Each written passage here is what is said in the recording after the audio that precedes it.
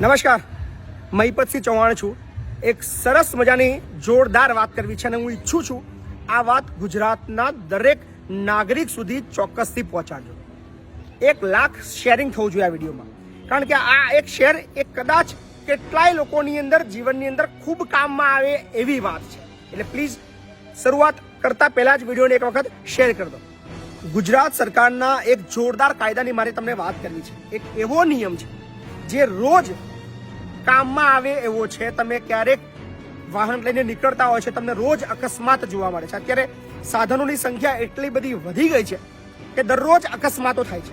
પણ રાજ્ય સરકાર, આપણી ગુજરાત રાજ્ય સરકાર તરફથી એક જોરદાર નિયમ બનાવવામાં આવ્યો છે કે આપણા ગુજરાત સરહદની અંદરમાં કોઈ પણ નાગરિક, એ ચાહે ગુજરાતનો હોય કે ગુજરાત બહારનો હોય, કોઈ એના આઈ કાર્ડની જરૂર નથી, કોઈ પણ પ્રકારના કાર્ડની જરૂર નથી, કોઈ પણ પ્રકારના કશું જ એનું પાસે મેડિકલનું કાર્ડ ના હોય ચાલશે. સીધું જ એની ટ્રીટમેન્ટ 50,000 રૂપિયા સુધીની સહાય એ રાજ્ય સરકાર ભોગવે છે.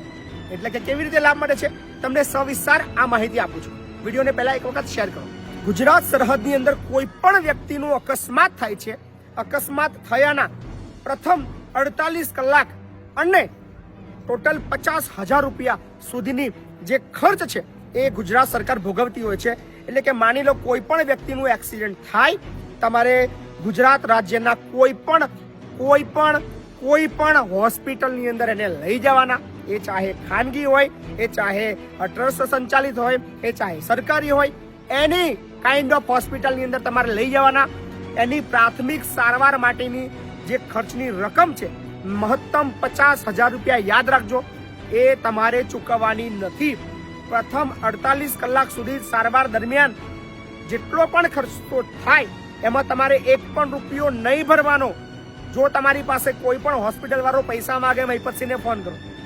ગુજરાતની અંદર કોઈ પણ હોસ્પિટલની અંદર તમારું જો વાહન અકસ્માત થાય છે એની ટ્રીટમેન્ટ માટે પ્રથમ 48 કલાકમાં 50,000ની જે લિમિટ છે એની અંદર એ લોકો જો તમારી પાસે પૈસા માંગે, મહિપતસિંહને ફોન કરો. મહિપતસિંહ તમને છાતી ઠોકીને કહે છે તમને મદદ કરશે અને તમારે પૈસા નહીં ભરવા પડે, એની ગેરંટી આપું છું.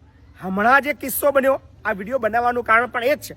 1 કલાક પહેલા એક હોસ્પિટલની અંદર પેશન્ટ એડમિટ થયો છે. એનું એક્ટિવા પર કંઈક એક્સિડન્ટ થયું છે. 2-3 કલાક ટ્રીટમેન્ટ ચાલી, થોડી ગંભીર હોવાને કારણે એને રિફર કરવો પડ્યો છે બીજી હોસ્પિટલમાં. પણ આ જે 2-3 કલાકના સારવારના 46,000 રૂપિયા ડોક્ટરે બિલ કાઢ્યું.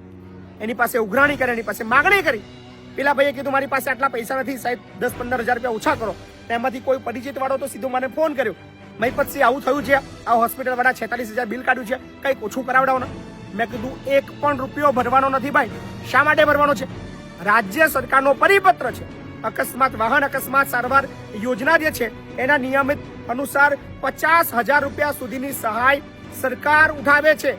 ફક્ત એક જ ફોર્માલિટી કરવાની છે. કોઈ પણ વ્યક્તિનું એક્સિડન્ટ થાય, એ વ્યક્તિ અથવા એનો સ્નેહીજન એક એપ્લિકેશન ફોર્મ ભરે, એ બાબતનું જે નિયત નમૂનાનું ફોર્મ છે સાથે એક એપ્લિકેશન કરે. આ બિલ જે ખર્ચો થયો એ ડોક્ટર, હોસ્પિટલ, એ જે તે જિલ્લાની જે વડી કચેરી છે ત્યાં એપ્લિકેશન કરીને એને મળી જાય છે. એટલે તમારે પૈસા ચૂકવવા નથી. છતાં પણ જો અકસ્માત દરમિયાન 50,000થી નીચેની રકમ તમારી પાસે કોઈ પણ હોસ્પિટલ માંગણી કરે, પ્રથમ 48 કલાક મહિપતસિંહનો સંપર્ક કરજો. 1 પણ રૂપિયો તમને ભરવાનો નહીં આવે, ગેરંટી આપું છું. એટલે બહુ જોરદાર યોજના છે. ગભરાવાનું છે નહીં, ડરવાનું છે નહીં, ચિંતા કરવાની નથી. અને તમામ હોસ્પિટલો અહીંયા એવું નહીં કે ભાઈ સરકારી છે કે પ્રાઇવેટ છે કે ફલાણી ઢીકણી ટ્રસ્ટની છે, કશું જ નહીં. સરકારનો પરિપત્ર છે. એક જ વસ્તુ યાદ રાખવાની, જાગૃત બનશો, તાકાતથી વાત કરશો તો તમારા પૈસા બચશે. હમણાં જ 1 કલાક પહેલા મહિપતસિંહે 46,000 રૂપિયા એક જણના બચાયા. તો મારી ઈચ્છા થઈ કે 46 એક જણા બચાયા. આવા તો ગુજરાતની અંદર અસંખ્ય લોકો છે, આપણે વધારે પૈસા બચાવીએ. એટલે જેને પણ એક્સિડન્ટ થાય પ્રથમ 48 કલાક દરમિયાન વધુમાં વધુ 50,000ની ઉપર બિલ થાય તો તમારે ભાઈ આપી દેવાના. એની અંદર મહિપતસિંહ ફોન નહીં કરવાનો. પણ 50,000 રૂપિયા અને પ્રથમ 48 કલાકનો જે ખર્ચ છે એ રાજ્ય સરકાર ભોગવે છે. એનો મહત્તમ લાભ લેવાનો. પણ એવું નહીં કે આપણે પૈસાવાળા છે એટલે ખીચામાં હાથ નાખીને આપી દેવાના. કદાચ ગરીબ લોકો છે, ચિંતા કરવાની નહીં. કોઈ હોસ્પિટલ ના માને, મહિપતસિંહનો સંપર્ક કરજો. નીચે નંબર આપ્યો છે, ફક્ત તમારું નામ લખો, હોસ્પિટલનું નામ લખો, જગ્યા લખો અને કહેજો કે ડોક્ટર પૈસાની માંગણી કરે છે. મહિપતસિંહ તમને મદદ કરશે. ચિંતા ના કરજો. વિડીયોને શેર કરજો અને રાજ્ય સરકારની આ યોજનાનો મહત્તમ લાભ મળે, લોકો સુધી પહોંચે એવું કામ કરજો. મહિપતસિંહ તમારી સાથે છે અને કાયદો જાણશો તો ફાયદામાં રહેશો. ધન્યવાદ.